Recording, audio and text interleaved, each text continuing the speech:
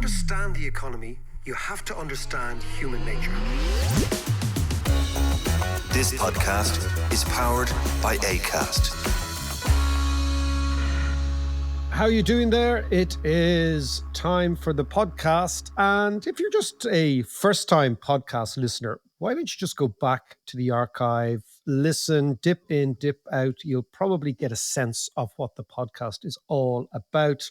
If you are a serial weekly recidivist, you know the deal already. I've got to talk to this fella. I don't know who he is. A fella called John Davis. How are you doing, Head? I'm good. I am good. I'm just back from France. Frazzled. I know. As you know. You're frazzled. Tell me, what was your latest travail? Tales, great. The way those people write these kind of a year in Provence, and a sort of idyllic, sort of bucolic notion of living in rural France. Go on, tell me, what was your tragedy?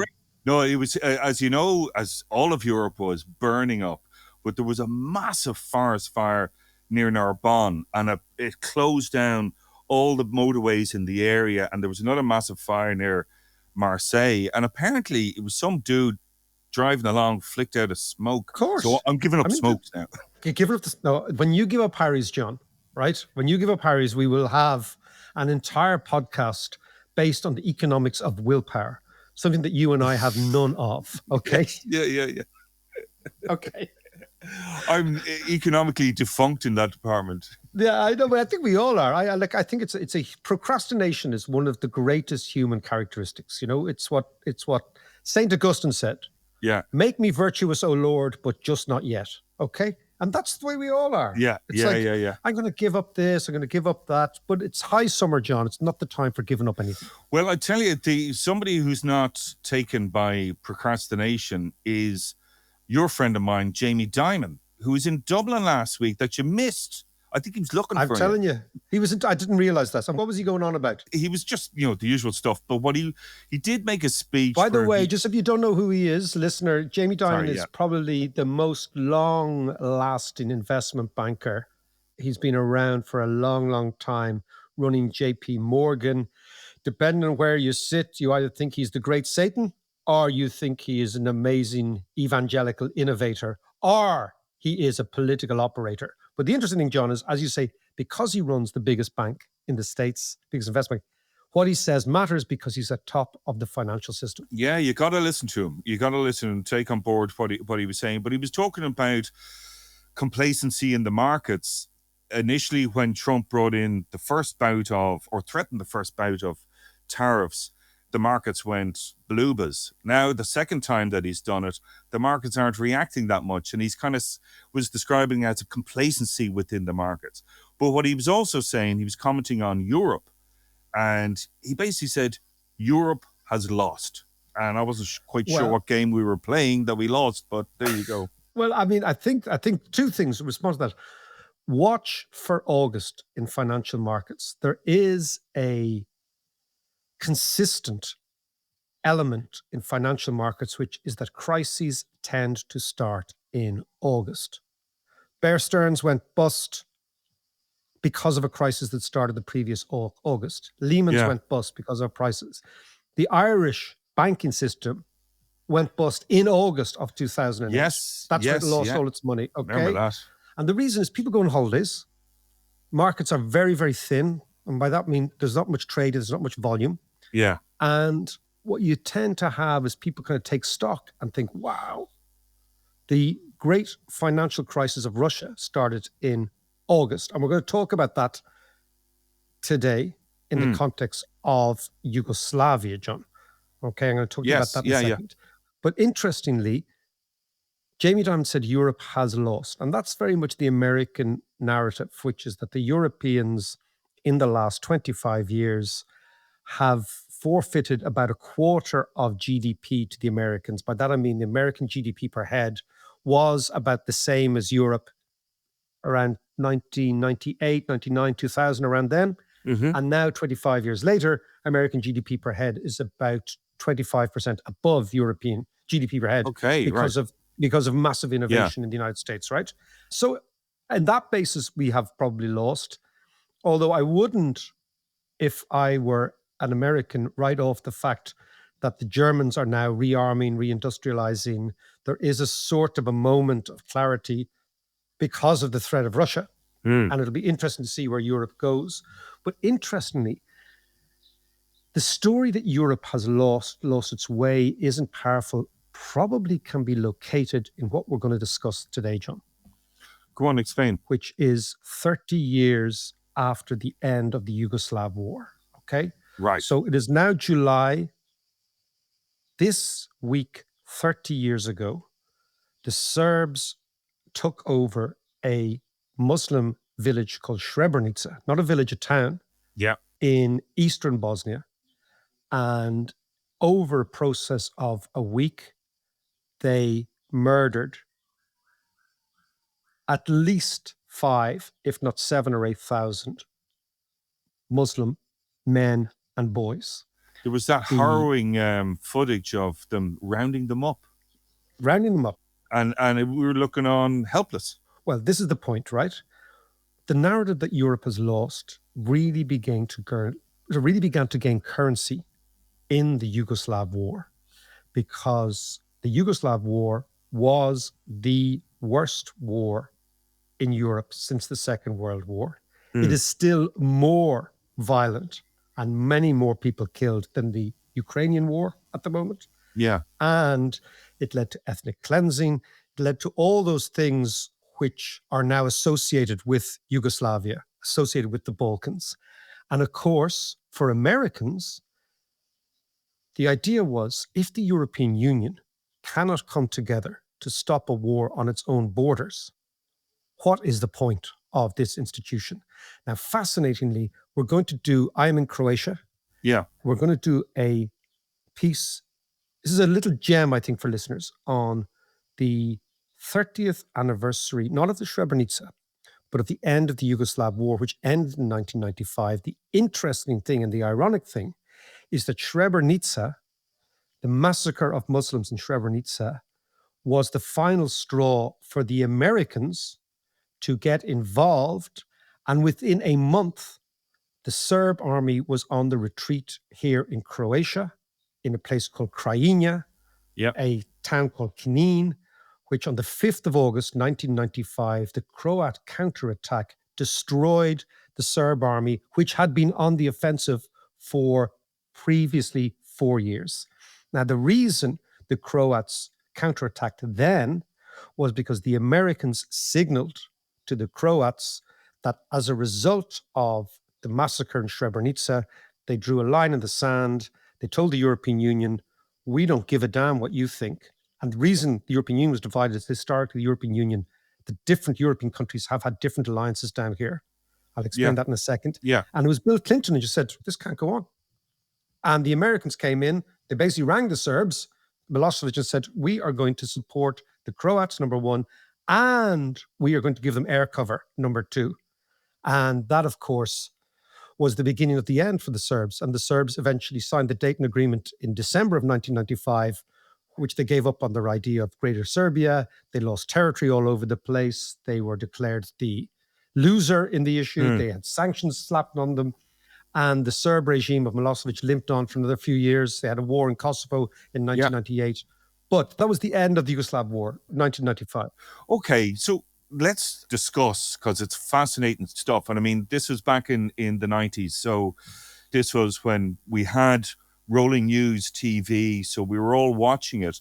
Yet there seems to be a kind of, maybe I'm wrong in saying, but a kind of a lack of understanding of the details of it. So let's go back to the very beginning. So Tito was the president of Yugoslavia, holding these three groups of people together. Six groups. I beg your pardon. Right.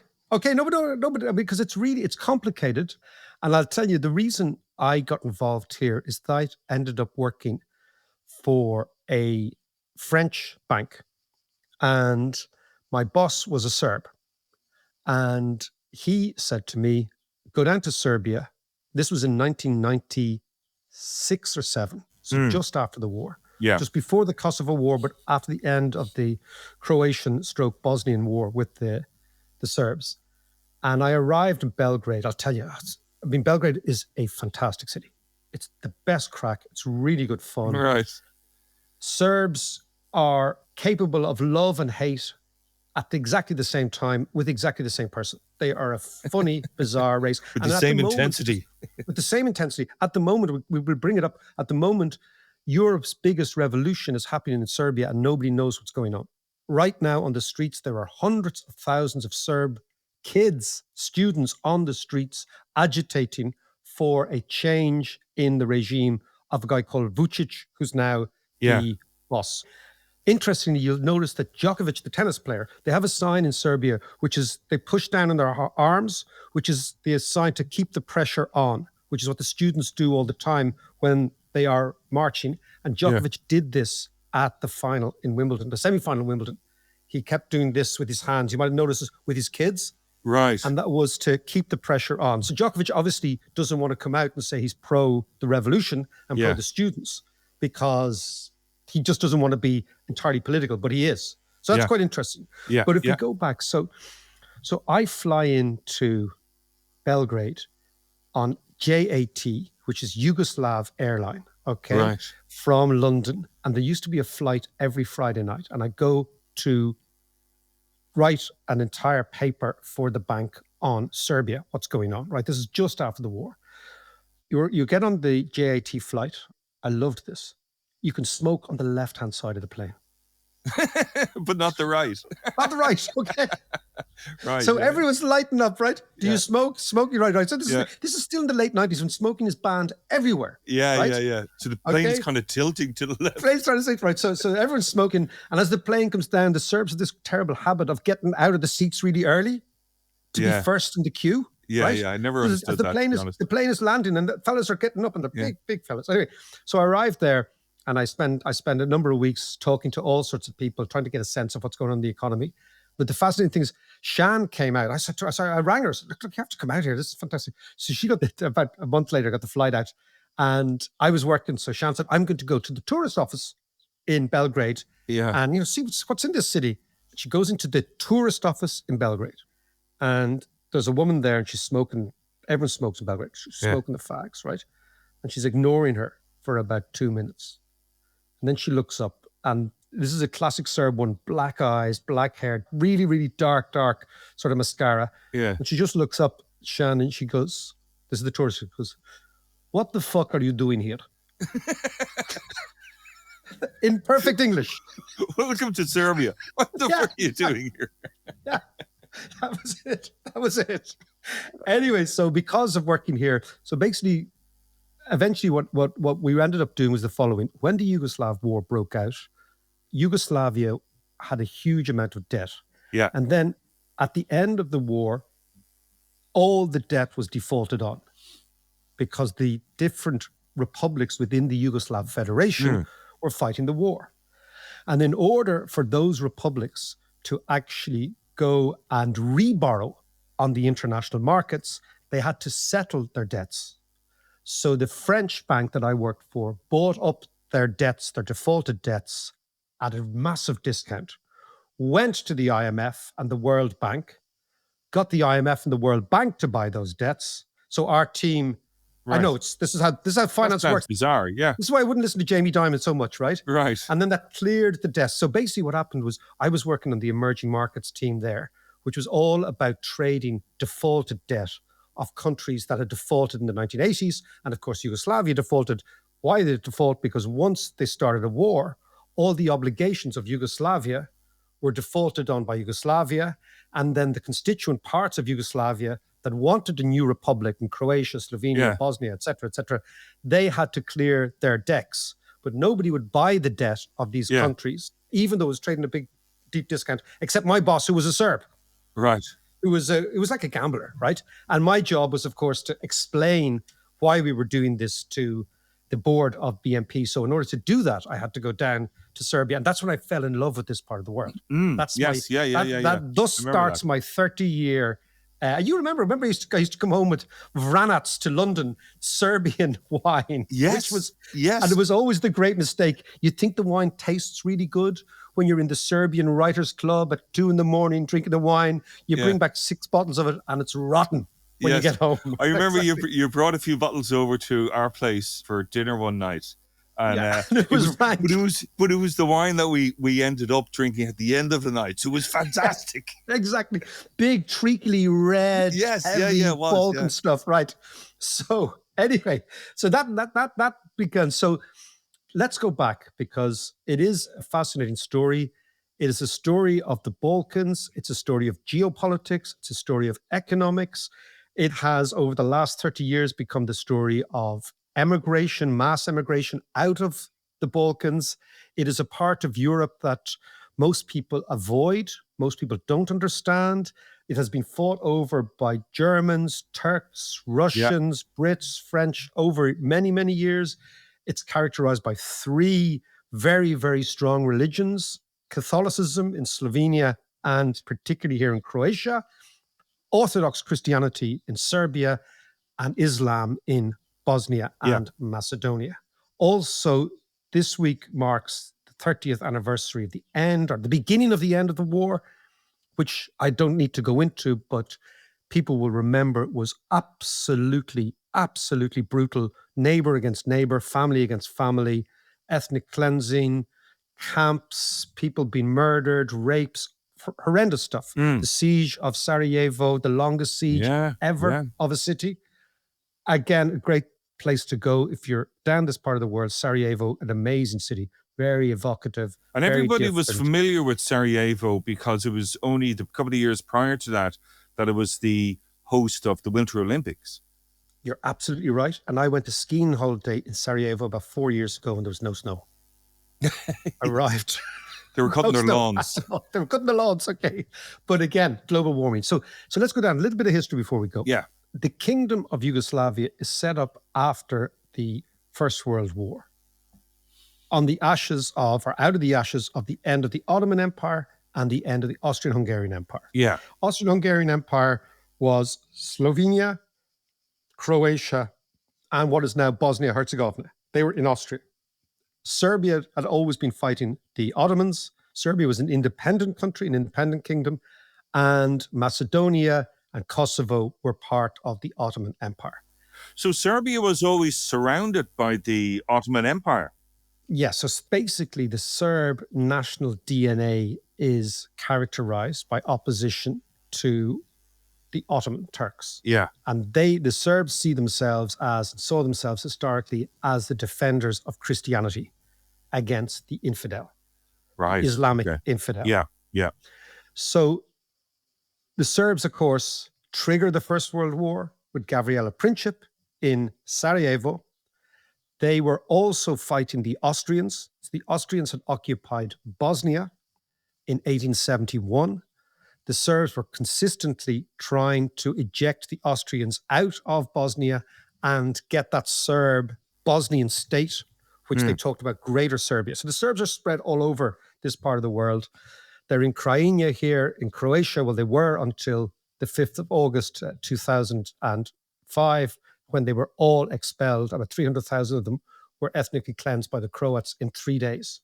So, wow. I mean, it was a lot of tit-for-tat stuff going on, you know. And they were all shipped back to Serbia. Back to Serbia, back to Belgrade, back to other parts of Serbia. Yeah. So basically the Serb idea was this idea of Greater Serbia, that basically everywhere where there were Orthodox Christians, they were Serbs, and Serbs needed to have this sort of space where they could all live because they were being victimized by everybody else. That's their story. Mm-hmm. The rest of them have a different story. Yeah, yeah. So that's the Kingdom of Yugoslavia, set up after the First World War. It's basically Slovenia, Croatia, and Serbia. The Kingdom Yugoslavia means Southern Slavs. Yugo is south in Serbo-Croat. Okay, so it's the Kingdom of the Southern Slavs, as distinct from the Northern Slavs being the Poles, the Czechs, and of course the Russians, the big ones, right? Yeah, yeah. Now, mention the Russians have always been in alliance with Serbia, always, right? On the basis of Pan-Slavicism, Orthodox religion, all that carry on. And being in opposition to the Ottomans as well. And being in opposition, A, to the Ottomans, you're absolutely right, and B, in opposition to the German-Austrian axis, which the Croats were part of. Yeah. And interestingly, John, again, historically, the French and the Brits have been on the Serb side.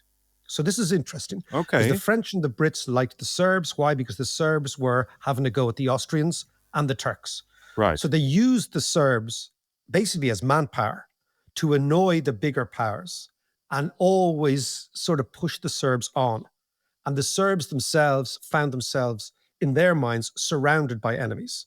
So it's a lot of stuff going on. And this turned out to be a complication later on in the 90s. You're absolutely right, John. You're absolutely right. Yeah. So this historical legacy ended up being one of the reasons why the European Union never acted in the Yugoslav war, because battle lines had been drawn about 100 years prior to this in terms of historical, cultural, and economic alliances. Yeah. It is amazing. Yeah. So the Kingdom of Yugoslavia, multi-ethnic, multi-religious, multilingual, fascinating place, gets invaded by Germany in 1941 by the Nazis. The Nazis overrun Yugoslavia incredibly quickly. And everyone thinks it's all over for the Yugoslavs, except for our friend Tito. Tito is the guy we will remember from the last episode we did on Trieste, who was hanging out in Vienna at the same time as Stalin and Hitler. Now, Tito had been in Russia because he was a communist, and he came back to Yugoslavia to really begin and lead a fighting force which actually destroyed the Nazis here. And that's an amazing story that most people don't know, is that the partisans, Tito's opposition to the Nazis, who were a communist socialist group, they, without any foreign aid, without any Allied troops ever setting foot in Yugoslavia, without any Allied bombing in Yugoslavia, until the very, very end, they single-handedly beat the Nazis in a feat that was equivalent to, I think, historically, the Russian defeat of the Nazis, but people don't talk about it. Right. Can I just ask you about Tito just for a second? Because the perception I have, rightly or wrongly, is that Tito was a very strong leader, obviously, because he kept Yugoslavia together, all those people have different backgrounds together, but that he was a relatively moderate leader in terms politically. Am I right in saying that? Like, I know he was a dictator, but what kind of a dictator was he? He was much so fascinating person, Tito. Tito, the first thing Tito does, which is fascinating, in 1946 and 47. So just imagine how powerful Stalin was in 1946 and 47. Stalin assumed that the Yugoslav partisans, because they were communists or socialists, would be part of his remit. Yeah. And would be part of the Warsaw Pact and would join Russia and the Soviet Union. And Tito told him to fuck off. And basically said, come and have a go if you think you're hard enough. Really? And Stalin backed down because Stalin realized that they would not beat the Yugoslavs on their own turf, even the Russians. Yeah, because they had formed after the Nazis. They had formed because they had destroyed the Nazis. Yeah. It was a Nazi-Italian combination that they destroyed here. But of course, the Second World War left very, very, very deep scars in Yugoslavia because the Croats set up their own fascist state here in 1941 under a guy called Ante Pavlovich. They were called the Ustaše. And the Ustaše were the Croat fascist regime that killed hundreds of thousands of Serbs. Okay. In concentration camps. The third biggest concentration camp in Europe was in a place called Jasenovac. It's Jasenovac. Right. So during the Second World War, the ethnic divisions within Yugoslavia became very apparent. So initially, just so you know, there are three main religions, as we talked about. In Yugoslavia, there's 6 countries. There's Slovenia, Serbia, Croatia, Montenegro, and Macedonia. Within Serbia, there are 2 autonomous regions. One is called Kosovo, which is now an independent state, which is largely populated by Albanians, but wasn't at the time. And there's a place called Vojvodina, which is in the north of Serbia, which is largely populated or had a significant Hungarian minority. And the reason the Hungarians are there, because obviously originally this was part of the Austria-Hungarian Empire. So within Yugoslavia, there's a multitude of different customs, religions, ethnicities, all that stuff, unified by the language that is Serbo-Croat, which is the language of Croatia and the language of Serbia, the only actual difference, although people will say technically there are some small differences, the only actual difference is the fact that the Serbs use the Cyrillic alphabet like the Greeks and the Russians, the Yeah. Bulgarians, and the Croats use the Latin alphabet like the rest of Europe, or the rest of Western Europe. I don't know if you know this. Is the accents, since the words are pretty much similar, are the accents very different? The accents are very, very different. I am down here in Dalmatia. So the Dalmatians are a sort of a sub-tribe of the Croats. Okay. Yeah. The Dalmatians are what I call the sunny Croats. They live on the seaside. Mm. The Dalmatians have a very heavy accent. I love it. Okay. Yeah. You can really hear the difference. Like a Cork accent, is it? It's like a Kerry accent. They speak like it's a really heavy accent, and it's very sing-song. It's inflected by lots and lots of Italian because the Italians occupied Dalmatia for many, many hundreds of years. Yeah. They were also kicked out at the end of the Second World War because Dalmatia was given by the Nazis and the Ustaše, the regime in Zagreb, was given to the Italians as a sort of a present. And the Italians behaved very, very badly here, Italian fascists in Dalmatia, which is why Dalmatians were much more likely to be in the partisans than other Croats. And so the Dalmatians ended up very, very close, ironically, to the Serbs in the Second World War and the partisans. But today, the Dalmatians are much more defined by Croatian nationalism and Catholicism than they were 30 years ago. And this is the weird thing. So the axis has shifted over this part of the world. But in general, that's what we're looking at. A lot during the Second World War, the fascist regime in Croatia, what they call continental Croatia, which is Croatia not on the sea, not the sliver that goes right down the coast, but inland, mass extermination of Jews, mass extermination of Roma, and mass extermination of Serbs. So that is what's going on. Yeah. Then the opposition to the Nazis is split between two groups, the Chetniks, who are Serb royalists who want to reestablish the monarchy after the Second World War, and partisans who were Yugoslav communists. And the reason that the partisans could pick up people was because they were driven by ideology and not nationalism. So you could be a Croat partisan. In fact, Tito himself was a Croat. Okay. Right, So it's really complicated. Yeah. So Tito himself is a Croat. You could be a Croat partisan. You could be a Serb partisan. You could be Slovene. You could be Bosnian. You could be Macedonian, all that sort of thing. Just one last word on Macedonia. Macedonia always close to Turkey because that was much more part of the Turkish Empire. Do you remember we were talking about Ismail Pasha last week? Yes. Yeah. From Macedonia. Right. And Montenegrins, apart from being the tallest people in the world, are what you would call proto-Serbs. The Montenegrins are the tallest people in the world. They're giants. What? I never heard that. I thought the Ethiopians were, actually. No. The Montenegrins. You go down there, they are all giants. They're all about 6'5", which is why they're great basketball players. Yes, right? The basketball is huge there, isn't it? Yeah. Basketball, water polo, these sort of things. I only take solace in the fact that Luka Modric is actually smaller than me. And he is a Croat. Oh, yeah, of course. Yeah. But anyway, so that's going on. So the Second World War, the partisans beat the Nazis. They start in deepest Serbia. They expand over 3 or 4 years. And at the top is this enigmatic character called Joseph Broz Tito.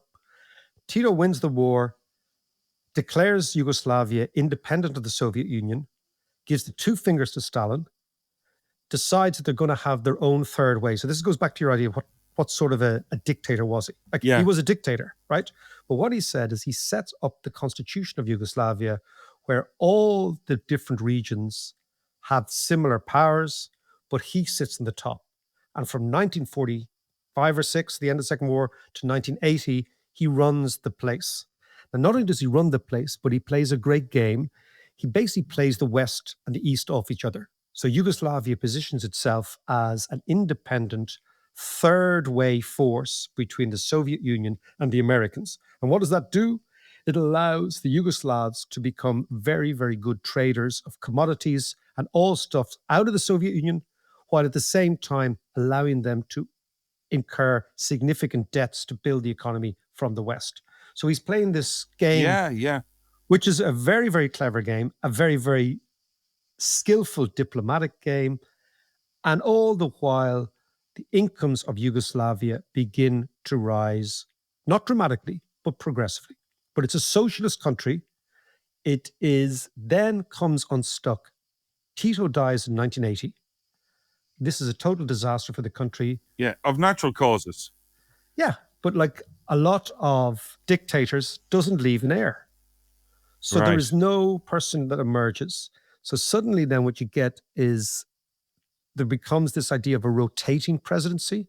So the Serbs have it for a year or two, the Croats have it for a year or two, Yeah. etc. So this is a sort of a recipe for disaster. All the while, you have Gorbachev emerges in the Soviet Union.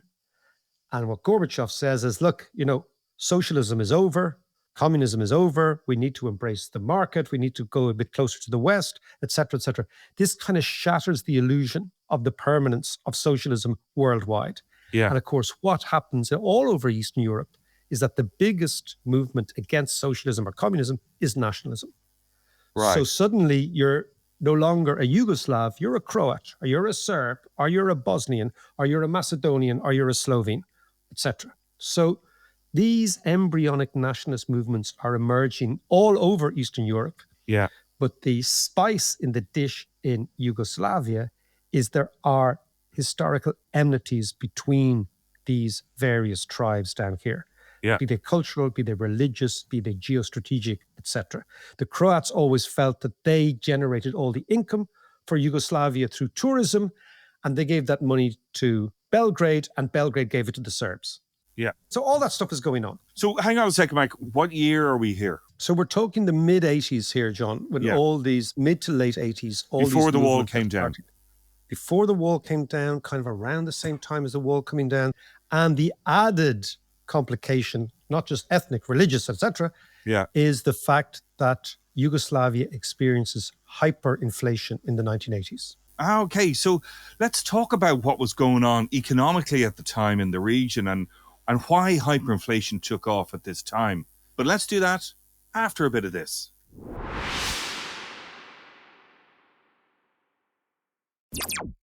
So, Mike, this whole region is a melting pot of different cultures and different religions and different ideas. And it's kind of thrown into disarray by, number one, Tito dying, who kept the whole thing together, but also the fall of the Berlin Wall. So there's this growing tension.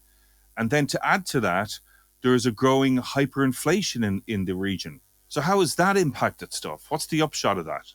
So Tito incurred all these debts, these debts which were dollar-denominated debts. Yeah.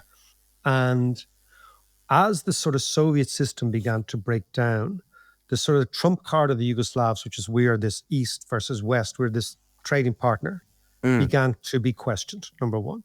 Number two, the Central Bank of Yugoslavia, that was the institution that printed the dinar, decided to alleviate, or the strategy was, we will alleviate all these ethnic strains and stresses by giving money, by printing money, by basically saying to the Bosnians, look, here's a couple of 100 million dinars. To the Croats, here's a couple of 100 million dinars. Sort yourselves out. So it was a case of using monetary policy to try and suppress nationalism.